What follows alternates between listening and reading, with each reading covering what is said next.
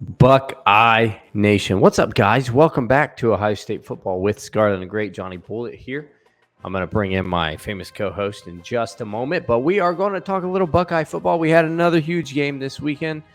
A little step back, a little breathing room after top 5 matchup with Notre Dame. I don't even know if we can say that anymore now, but had a nice game with the Arkansas State Red Wolves, and we want to unpack that. So just a few notes of housekeeping before we get started, or house cleaning, as Cory calls them when he is the host. I think it's going to go further and further down the hall as house cleaning. Next time he's going to say housework or house chores. Next month when he does, I trust him to host the show alone. He'll call them home improvement projects. Like, we'll just continue to get off the rails more. Just a few notes of home improvement projects. Please subscribe to the channel. Anyways, guys, please, actually, while we're talking about that, subscribe to the channel. We would love to get 4,700 subscriptions by the Wisconsin game. 2 games away from now. September 24th, also the start of bow season in Ohio for deer season, if you guys are into that like I am. But help us to get to 4,700 subs by then.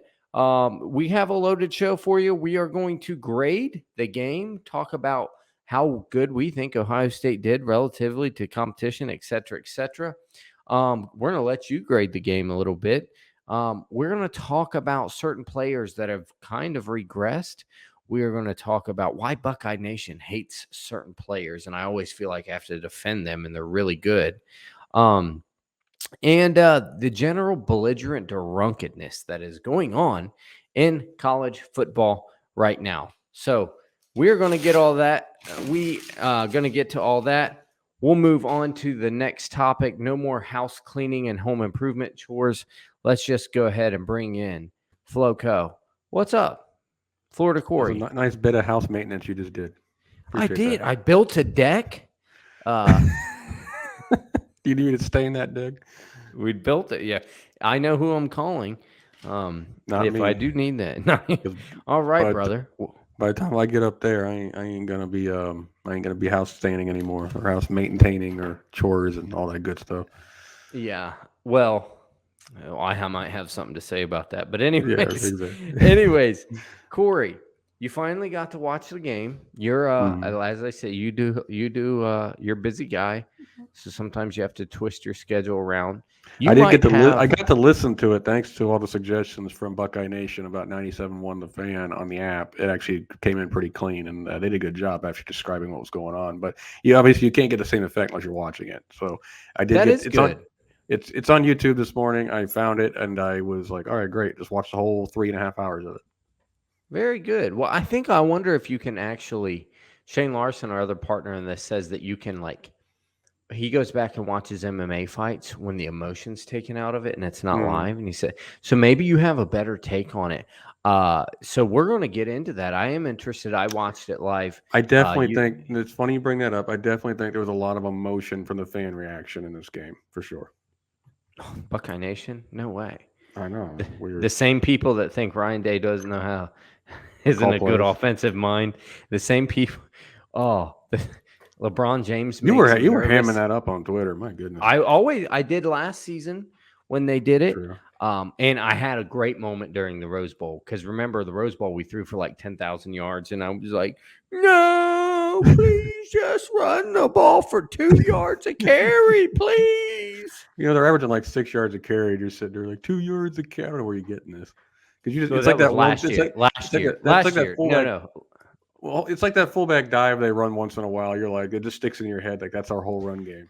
No, like last year, the run game genuinely wasn't that good against good teams. So that's why I meant now I'm like, no, this is good. I like the running the ball for 6 yards a carry. Although we are throwing it for 15 yards an attempt, which I don't know why Buckeye Nation hates that. But anyways. Buckeye Nation will find something to hate. Don't you worry about that. Let's grade the game, Cory. Let's grade the game. Do that. If you had to give it just a letter grade, all right? Good idea.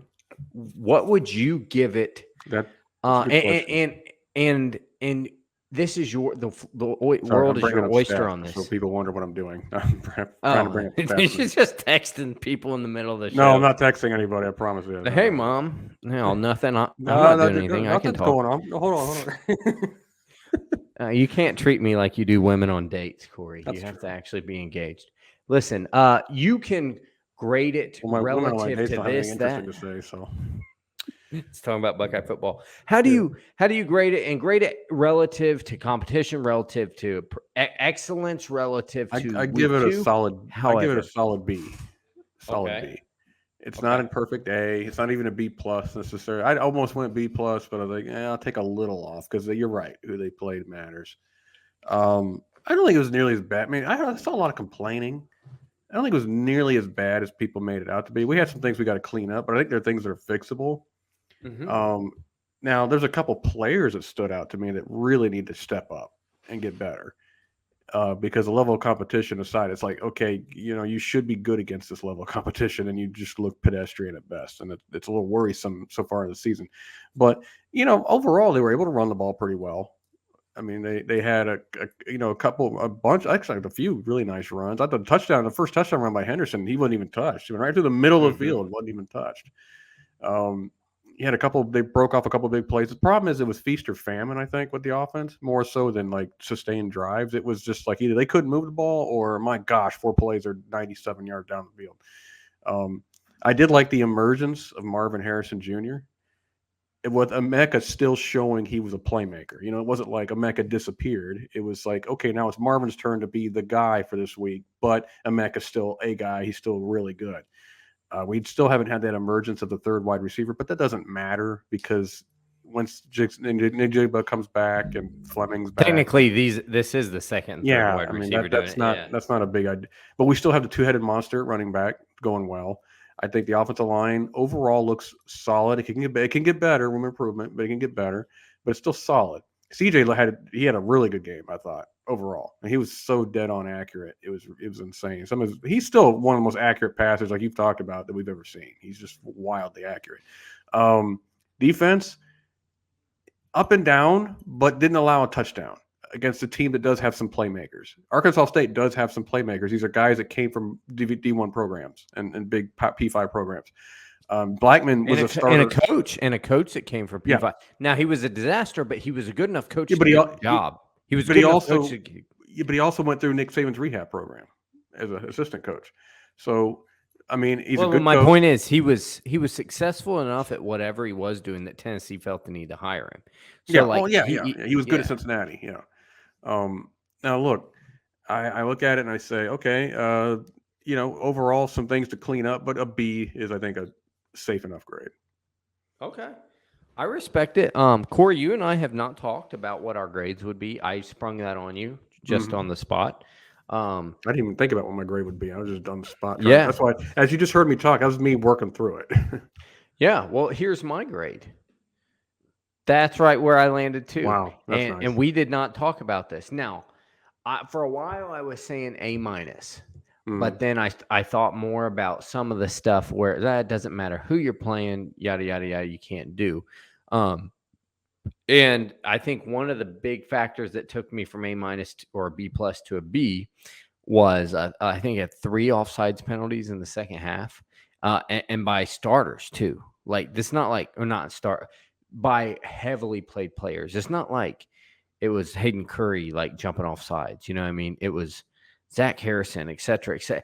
And it was like not even really good hard count, like really blatant jumps too. It was reminiscent of DeJuan Jones, like false starting before we even get the play in. That was frustrating. Yeah, it's just he's lined up by himself. He's running off. I was like Peyton Manning says, it's like when you have a dummy count just to try to get them offside, and the O-line small false starts. And Peyton Manning's like, "What were you going to block? What play was you going to run, dude? We didn't have one." Yeah. But it is called a dummy count, right?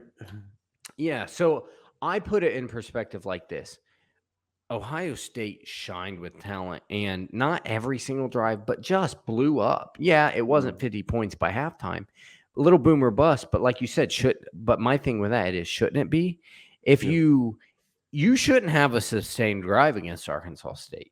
You should have 4 to 6 plays and be in the red zone every time, if not touchdown, because, okay, if you got a first down, they made you earn it a little bit. They made you earn it. Boom. Talent's supposed to take over. So now the 3 and outs, not great. So that brings you down. The penalties, that brings you down. We had a few players one player in particular that I was like, I don't know what the heck happened to you. Like, I think we know we'll talk about the same person. We didn't even discuss this before the show. No, but we do have it in the show notes. So overall, what I saw was a team that was immensely talented, that really mostly played up to their talent, that the talent flashed. They just made some mistakes. It's not like, oh, that guy's fast, but he didn't play like it. No, it was, oh, that guy's fast and he played like he just made a few, like mental errors. Same thing. CJ, I found another thing. Not only will he not run, he won't step up and climb the pocket. It's roll out to the sideline or just throw the ball down the field. He's still doing that a little bit, yeah. It is what it is. At this point, you just have to live with, okay, he's a phenomenal thrower of the football, and kind of go with that. I think the O-line, now granted, dropping competition, I think Donovan Jackson went from, hey, I don't think you can play here at Ohio State to, hey, I didn't hear your name called, so that's a good thing as an interior lineman, and I think, look, Tommy Eichenberg and Steel Chambers are wonderful. Last time we could say it about linebackers. Yeah, it's a good performance overall. I give it a B. If it was clean, I'd give it an A- because there's and the thing with Jim Knowles' defense, yeah, it'll give up stuff. It always, same thing, Oklahoma State. He was number 1 in the nation allowing explosive plays over 20 yards, but also number 3 in total yards allowed. So he takes everything else from you. Corners on an island. That's going to happen. So, hey, guys, what do you think? What is your grade? I want to just A, B, C+, D+. If you're a Tennessee Volunteer fan type and you want to say it was an F, let us know. But we are going to go on to the next one. But those Michigan fans are going to pop in and it was an F. You guys stink. And look what we did to Hawaii. What we did to Hawaii. Famous last words. That's look what we did to Hawaii. Paul Bear Bryant, right? Yeah. things that a champion would never say. Hawaii, who lost actually worse, I think, they lost worse to Vanderbilt the week before. Look how bad we beat Transylvania, John Wooden. Right? That's not what champions say. I'm on one today, Corey. Okay. Oh, I might do an episode just mocking Michigan fans. I'm not even lying. Oh, we're going to do that later. Yeah, good. We'll do that. Yeah.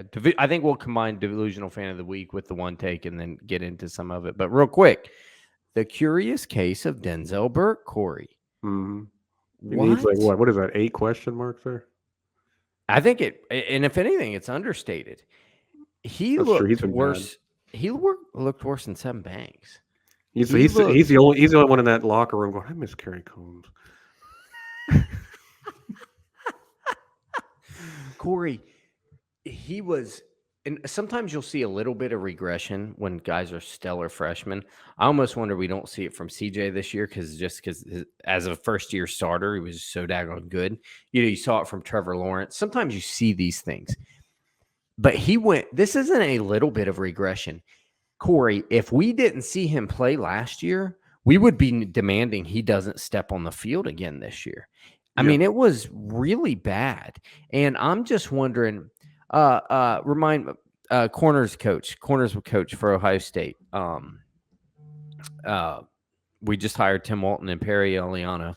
But do you think this is a case of, well, maybe you shouldn't hire pro position coaches because they're not teaching fundamentals, et cetera, et cetera. They're doing pro stuff. He's coached at the college level quite a bit, though. I mean, and Eliano was a corners coach as well. I know he's a safeties coach here, but, right at Cincinnati. So I just think it's a matter of a sophomore something. Cameron Brown's not looking bad at all. So, I mean, and I don't think necessarily Hancock has looked bad when he's in the game. It's mostly been in run support, it seems like, with him. And I saw Ja'Kalen Johnson get quite a bit of play against Arkansas State as well, number 4. I didn't know that's what his number was for the longest. I was actually talking to Kyle. This year's been an odd year of number cycling. Yeah, I was actually asking, who's number 4 on defense? Kavassis is gone. I don't know who this guy is. It's Johnson, apparently. So anyway, I just hadn't seen him play yet. But I think the secondary is looking better overall. It just really Burke is the guy that's kind of standing out. Like, whoa, dude, what is going on with you? So maybe he liked the bail technique. I don't know, but they're basically telling him, go on an island. You got this guy, and he's just struggling with it. And he got dipped badly on a double move yesterday.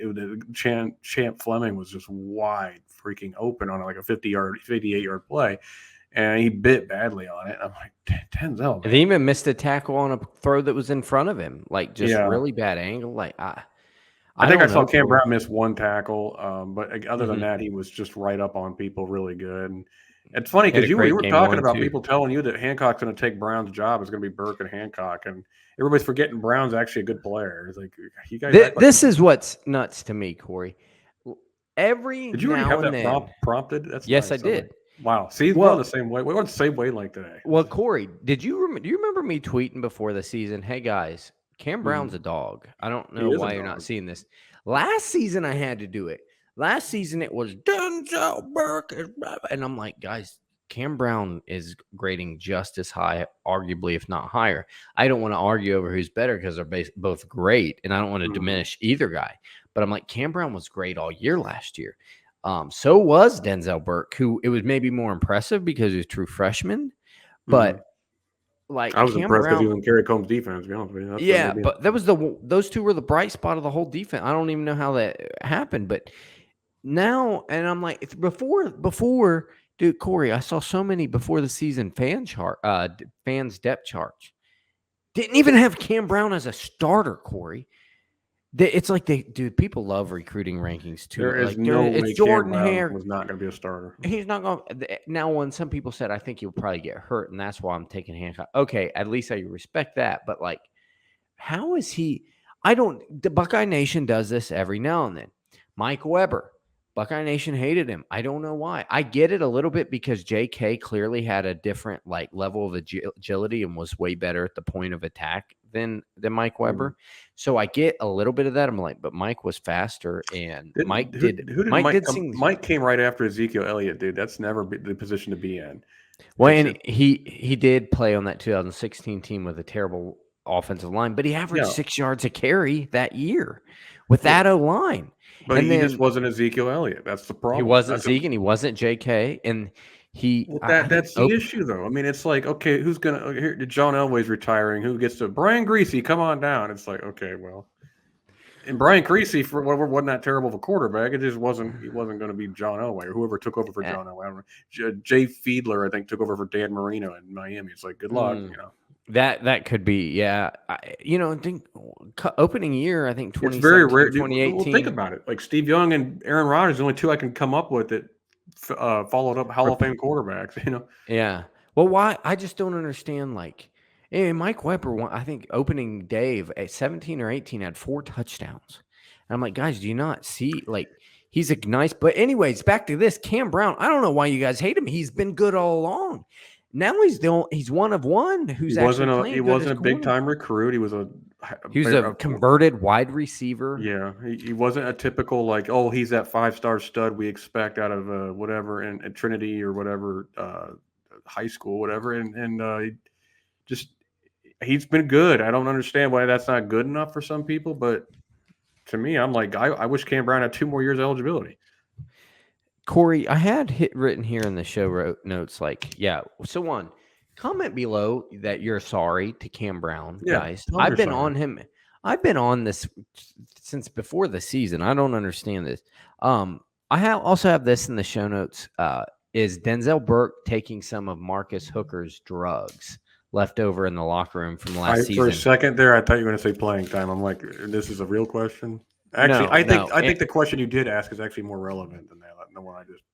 Well, yeah, no, it is. But market, and I was just to say, Corey, that's not funny, and you shouldn't joke about people's misfortunes and drug problems. So you're the one doing it, though. I don't see how you could come to that conclusion. That was all you. Is he taking Marcus Hooker's as drugs though? I don't know. Last point, Corey. So we got a great corner and a not so great corner, and we have a B team who's really talented. Look, if you don't take anything else away, take this away from the game. that the Buckeyes are We are extremely so talented. getting canceled again. This is unreal. Why? Why are we getting canceled? When did Marcus Hooker end up? When was he ever a drug addict? He just was in the news about freaking kidnapping somebody, and then he was that was Marcus Williamson. Marcus Williamson. Sorry, Marcus Hooker was passed out in the McDonald's drive-through between his sophomore and junior year. Didn't you see the video? No, that was actually before he came in as a freshman. No, that was while he was a Buckeye. I thought he had an incident before he had a freshman, and then he. It's probably multiple incidents. Okay. So when you ask when did he ever become a, it was always kind of there. It was always kind of there. But yeah. Anyways, wasn't a big believer in Williamson either. Slowly. Wow. I don't know. We have to start calling it. People are like, how dare you attack a kid? I'm like, yes. Well, Mark is not a kid anymore. So 8 pound, 6 ounce, innocent baby, little kid, never done anything wrong. All right. Cory, college football is drunk this year. It is. So like this Marcus is my Hooker, thing. Right? You shouldn't do that. We're so getting canceled, man. I hope we do. Just win. With what you see going on, I'll take a B performance from Arkansas State's a decent a group of 5 team. They have good transfers. They have they're a decent group of 5 team. Now they're not going to be ranked top 25 or anything. They're not that decent, but just win. You had Bama needing 2 absolutely dreadful calls and Quinn Ewers to get knocked out of the game and a Texas player to step out of bounds with 1.5 minutes left while you're trying to bleed the clock like he's trying to throw the game. You had just to win by 1 point against unranked Texas. Washington State beat Wisconsin. Appalachian State beat Texas A&M, and Marshall beat Notre Dame, and UK beat Florida. So guess what? I'm just win at this point. You don't get preseason games. Florida was so overranked for beating Utah. It is unreal. Well, Utah just beat somebody by 700 points. So they beat Southern Utah. What by 70? So they did what they should have done. But again, it's not impressive to me. It's like it's not impressive. Like basically, we're rewarding them for not struggling with a team they shouldn't struggle with. Who, Utah? Yeah, but I'm not saying they're not bad. They're not bad. team. But again, everybody acted like they were a top 10 team. I don't think they're a top 10 team. No, I don't think so. I'm just saying. That's the point. The Gators went from unranked to number 12 because they beat Utah at home. It's like, okay, they were preseason ranked. I thought. No, Florida was not, and I actually went. Oh, that's goofy then. I was talking to a few clients who were Gators fans, and I actually said Gators going to win that game. You watch, and they won. And I texted them. I was like, told you they're going to win because I'm not impressed with Utah.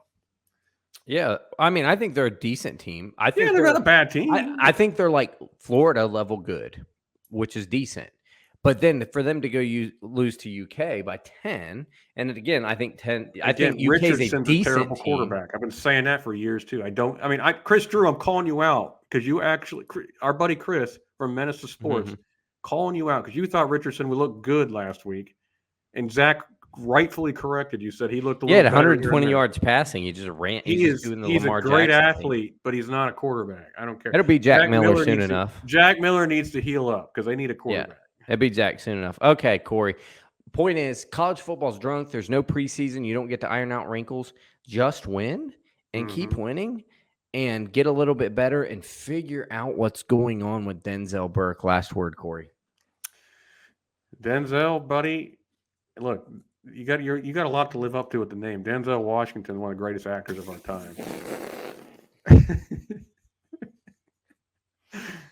You think that's what Ryan Day's telling him?